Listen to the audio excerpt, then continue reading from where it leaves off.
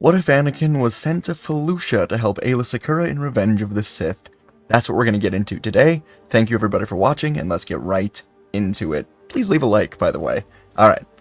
The Jedi Council sat in session, waiting for the arrival of Anakin Skywalker from the Chancellor's office.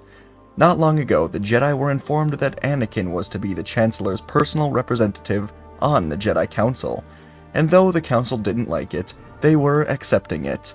They were all waiting for Anakin when suddenly Jedi Master Aayla Secura used the emergency council signal to appear as a hologram in the center of the council. Master Secura was under heavy fire while taking cover, saying that the Separatists have increased their firepower, deploying several spider tanks on Fuchia. She asked for assistance on the planet, saying they were close to capturing it, but she would need assistance. Aayla asked about Anakin, saying she heard that he'd recently returned from the Outer Rim sieges. The council looked around, then said that Anakin was needed here on Coruscant. He was recently promoted to the council, and the Jedi needed him to spy on the Chancellor. And Windu hesitated for a moment before saying that the council believes Palpatine may have connections to Darth Sidious. Secura thought about this, then said it seems clear that Palpatine wants Anakin on Coruscant, so why not take Anakin away from Palpatine, and perhaps that will cause him to panic. Yoda leaned forward, saying this could work, and Windu chimed in as well, saying that if or when the council does move on Palpatine, maybe it would be best for Anakin to be off-world after all. Perhaps having him distracted in battle was better than being occupied doing Palpatine's bidding. And so the council agreed, telling Secura that Skywalker and half of the 501st would be out there shortly. The other half, currently under the command of Ahsoka and Rex on Mandalore, would join them after Maul is captured. And as the call was ended, Anakin walked into the council and received the good news. He was on the council, but he was not granted the rank of master. But before Anakin even had time to think or argue, he was given a new mission. Take the 501st and aid Master Secura on Fuchia. Anakin was caught off guard. He wasn't expecting a new mission so soon. He couldn't just leave Padme again. But part of him was itching to get back into battle, distract himself from the nightmares. So he accepted, and Anakin left to get Oppo and his clone Legion ready for battle. In time, Anakin was in hyperspace, and Oppo told him that he had two messages waiting for him on the communicator, Palpatine and Obi-Wan, and Anakin answered the call from Palpatine first. The Chancellor greeted Anakin warmly, then said he wished the Council sent someone else on this assignment. Palpatine was saying that he fears the Council is planning to take over the Republic, and that is why Anakin has been sent away. Anakin shook his head, saying the Council would never do this without reason, and Palpatine said he hopes Anakin is right.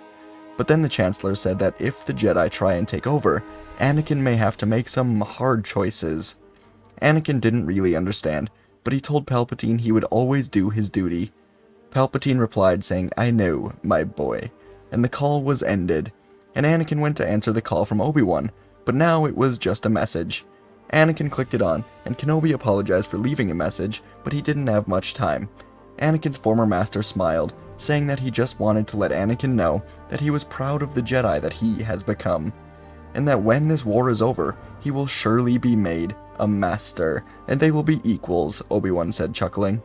He continued on, saying that he was just sent to Utapau to defeat Grievous once and for all, and once they both return, the war will be over. And Obi-Wan said Anakin will be able to do whatever he wants, smiling slightly before saying, "May the Force be with you." The message ended, and Anakin found himself smiling. His old master truly was like a wise older brother, and he looked forward to talking as Jedi friends again, rather than generals.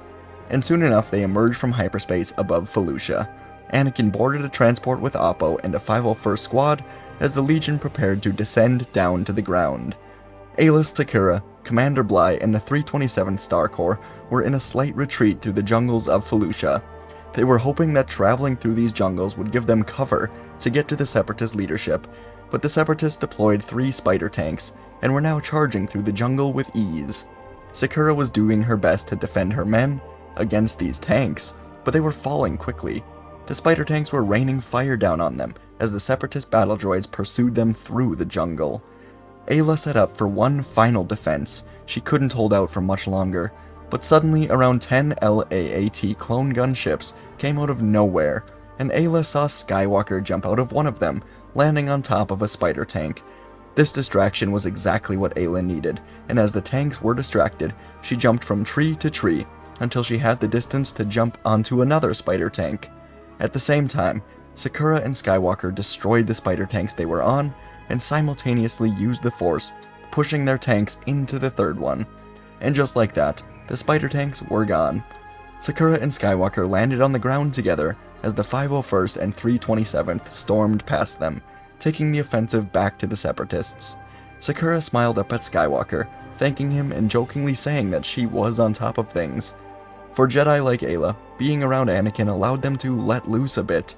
Anakin was far from traditional, and it was a nice change, and Anakin said they shouldn't let the clones have all the fun, and the two of them ran into battle, taking the Separatists head on. Across the galaxy, Obi-Wan just emerged above Utapau, Yoda was on Kashyyyk, Jedi were spread across the galaxy, and Palpatine sat in his office, contemplating next moves. He knew that once Grievous was destroyed, the Jedi would move to his office, demanding that he give up emergency powers.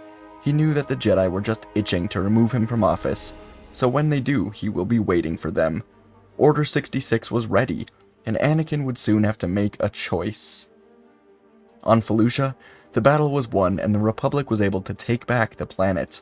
Any Separatist leaders stationed here took off as the battle was coming to a close, and now Anakin and Aayla sat together in the Felucia night next to a fire. The clones were finishing things up, and they were likely to be here another couple days to officially take the planet back. Secura told Anakin that this battle was important, and if Kenobi can take out Grievous, then the Jedi Council would need the Force on their side as they go to the Chancellor. This statement from Secura hit Anakin right in the chest, and he even felt himself get dizzy. He simply asked Secura, "What?" as if he didn't hear her right. Did she just say the Jedi would be moving on to Palpatine?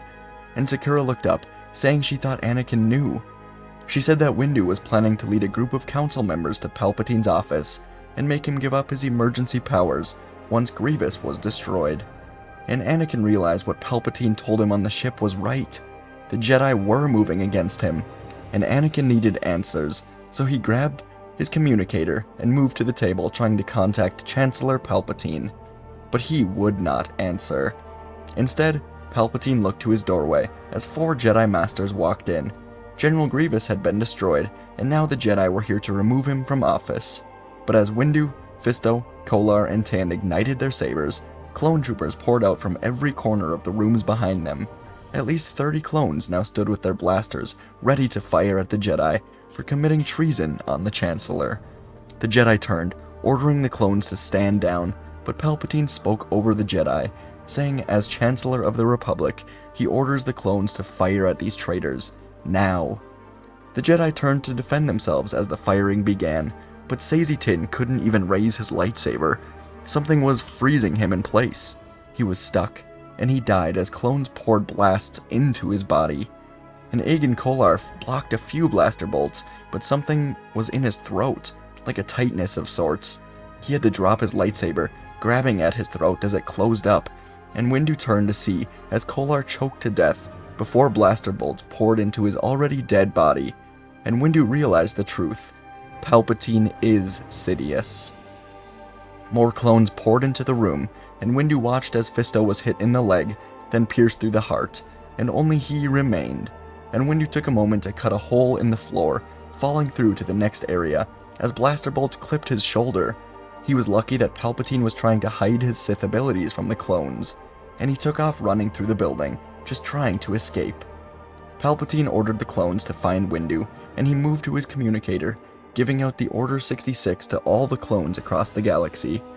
And as he spoke to Commanders Bly and Oppo on Felucia, he told them to give Anakin an opportunity to join them.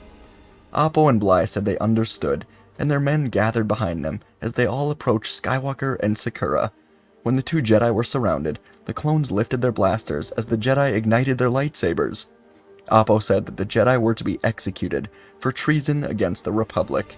Master Windu tried to kill the Chancellor, and Oppo said that the Chancellor has given the Anakin the option to join them or die like the rest.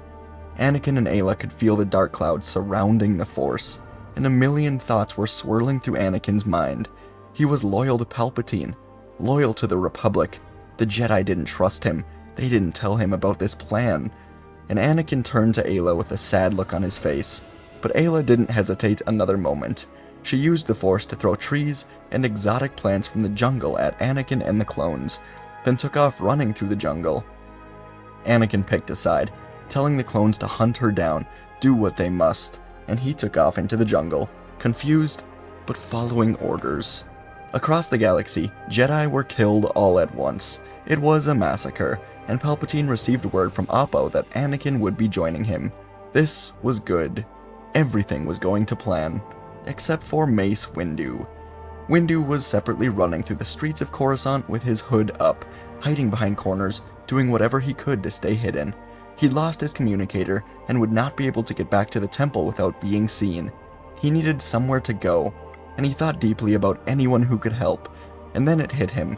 There were Jedi sympathizers in the Senate that would believe what he saw.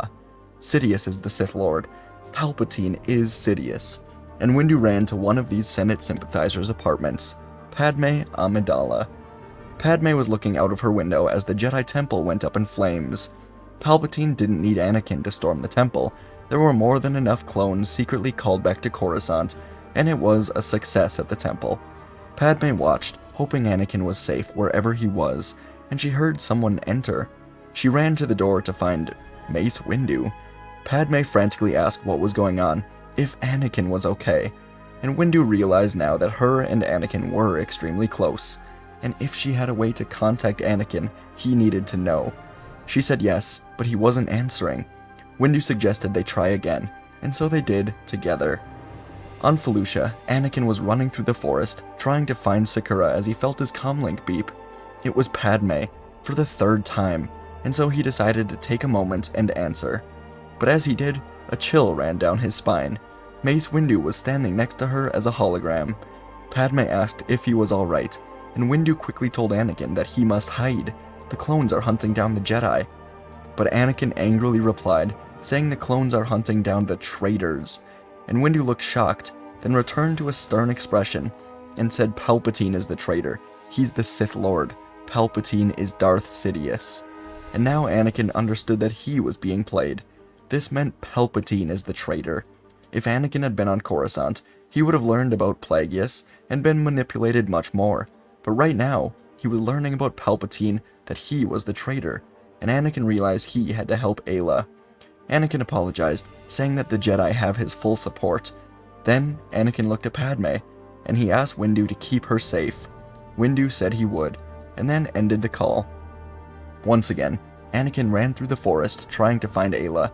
He got ahead of the clones, calling out to her, and Anakin looked to the trees as Aayla jumped down, kicking Anakin in the face, then pointing her lightsaber at him. Anakin put his hands up, and said that he was tricked, trying to apologize, and telling Aayla they must work together. Palpatine is the Sith Lord. They must get back to Coruscant. Aayla was hesitant, but then she helped Anakin up. He was back on her side. They had to get out of here. So they snuck through the jungle together for a while, the night sky helping give them cover, as the clones needed flashlights.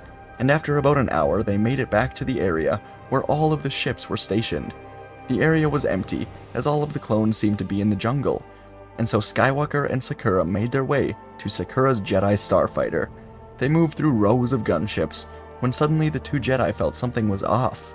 At the same time, they turned to see 3 clones fire rocket launchers at their ships. All 3 rockets connected with their targets, and a chain reaction of explosions began, heading straight for the Jedi. They'd fell right into the trap of the clones. Aayla and Anakin began running to the starfighters, but they weren't going to make it. Secura stopped, and Anakin turned to see why. She said, "Don't risk 1,000 lives to save one," then used the Force to push Anakin to the starfighter, and turned to use the Force, holding back the explosions. Anakin wanted to go back and help her, but he couldn't. It was over. Aayla was risking her life to save Anakin and the Jedi Order. So Anakin closed his eyes, then took off as the explosions engulfed Aayla as Anakin escaped into the air. Commander Oppo watched Anakin go, then alerted Palpatine that Anakin has chosen the Jedi. Palpatine received this message and thought, so be it. Anakin would return to kill him, and Palpatine wondered why Anakin switched sides, realizing that Padme must have got to him, telling him the truth about him. And the only way she would know the truth is from a Jedi, Windu. And so Palpatine ordered the temple guard that was secretly on his side, soon to be the Grand Inquisitor, to gather a squad of clones and come pick him up. Windu and Padme were standing alone in Padme's apartment, contemplating what to do next. It had been a while since they spoke to Anakin, and they were now basically just waiting for him to return. But after a while, a Republic transport flew up to Padme's apartment.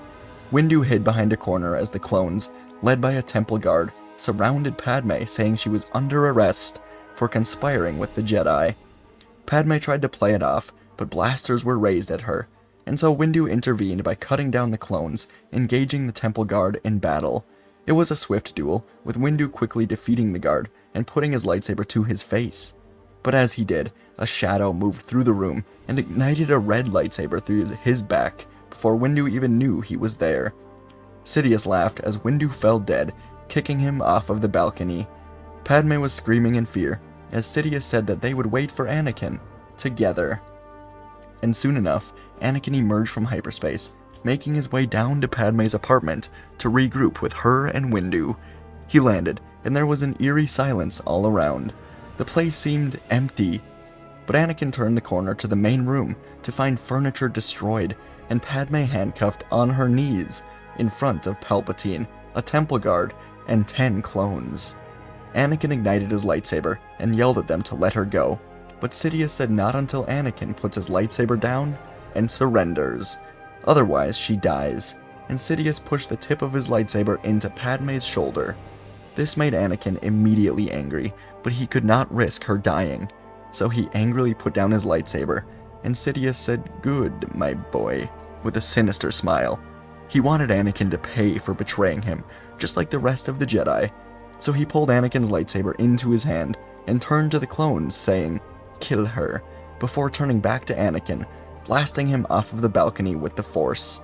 Anakin flew backwards, and the last thing he saw on Padme's apartment was blasters firing into his wife, and he fell forever to the ground below. Anakin felt himself falling and felt nothing but pain, anger, hatred for what he just saw. He wanted to die and just forget all about it, but he couldn't. Not before revenge. And so Anakin centered himself, focusing on the Force on the ground, barely stopping his fall from killing him. And now as Anakin stood up, he could think of only Palpatine, and he called upon all of his rage, using the Force to crush the bottom of the apartment building. He wasn't thinking of anyone inside, only destroying the Sith that killed his wife. The building shook and began to fall apart. On top of the building, Palpatine and his men were about to board their ship when the buildings began to shake and topple over. They would not be getting on the escape ship, and soon they were all falling to the ground as the building was destroyed from the bottom. Palpatine felt himself falling as well, so he jumped to different parts of the building, staying alive as it crumbled. But as he descended, Anakin Skywalker jumped up to him, tackling him into the air, and now they fell together. Anakin was slamming punches on Palpatine as they fell, completely laying into him, but Palpatine pulled out his lightsaber, igniting it through Anakin's chest. Anakin accepted he was going to die, and he used the Force to hold Palpatine in place, as they both slammed into the ground, dying together. Obi-Wan, Yoda, and Bail Organa entered the Coruscant atmosphere, and in the distance they saw smoke and rubble from an entire collapsed building. Fire and rescue crews were all around it, and the three of them flew down to help as well. After some searching, Obi-Wan fell to his knees in horror. Anakin Skywalker and Chancellor Palpatine, dead. And Yoda found Mace Windu and Padme, dead. It was horrible, but in the rubble, Bail found a communicator disc with a recently saved file on it. He put it into his ship's communicator, and Windu appeared next to Padme as a hologram. The two of them saved this message, saying they didn't know what was going to happen next, but Palpatine is the Sith Lord leading the Separatists. The message went on with Windu describing his proof, and in time, Bail would show it to the Senate as the Republic went over what happened. The war was over. Mon Mothma was elected as new Chancellor, while everyone still couldn't believe what happened in the apartment building. Yoda and Obi-Wan moved the Jedi Order to Tython, staying away from the Republic, and trying to restart the Order as best they could, with so many dead.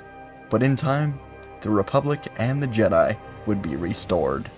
And folks, that's our story for today. I've got, recently, I've been saving Anakin quite a bit, having an old him and Padme live on. So I decided today, kill everybody. I know, a little darker, maybe not the greatest, but wanted to do it. Wanted to just have Anakin go crazy there in his final move after seeing Padme die. So let me know what you thought. Thanks for watching. Appreciate you all. And I'll see you in the next video.